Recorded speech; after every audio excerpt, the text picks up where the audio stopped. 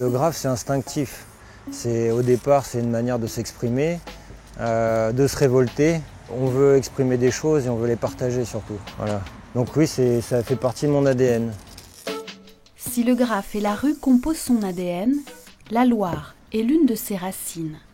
Alan Relier, ancien graffeur venu de la banlieue parisienne, est aujourd'hui un artiste complet et un Ligérien assumé.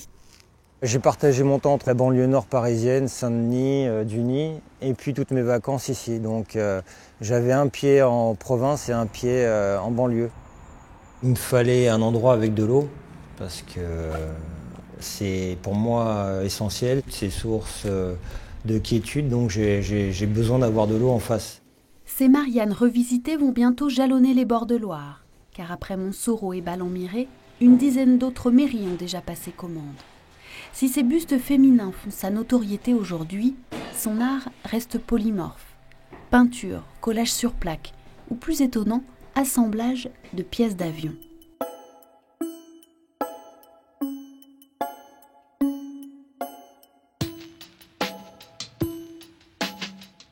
Pendant 10 ans, j'ai été mécanicien dans l'aéronautique navale.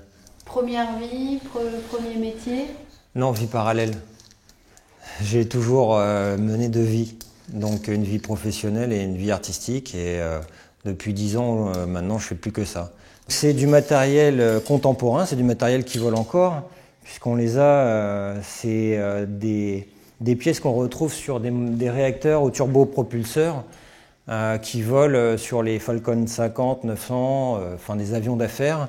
Je me définirais plus comme un metteur en scène que comme un sculpteur, parce que là, en fait, je ne change aucune forme, je m'adapte au travail et à chaque forme du matériel.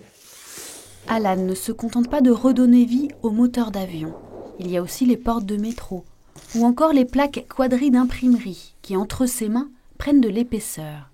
Plusieurs techniques s'y croisent, le graphe toujours, la superposition des matières, tout ce que cet autodidacte a appris au fil de ses 20 dernières années de pratique. En fait, mon école, c'est mes recherches.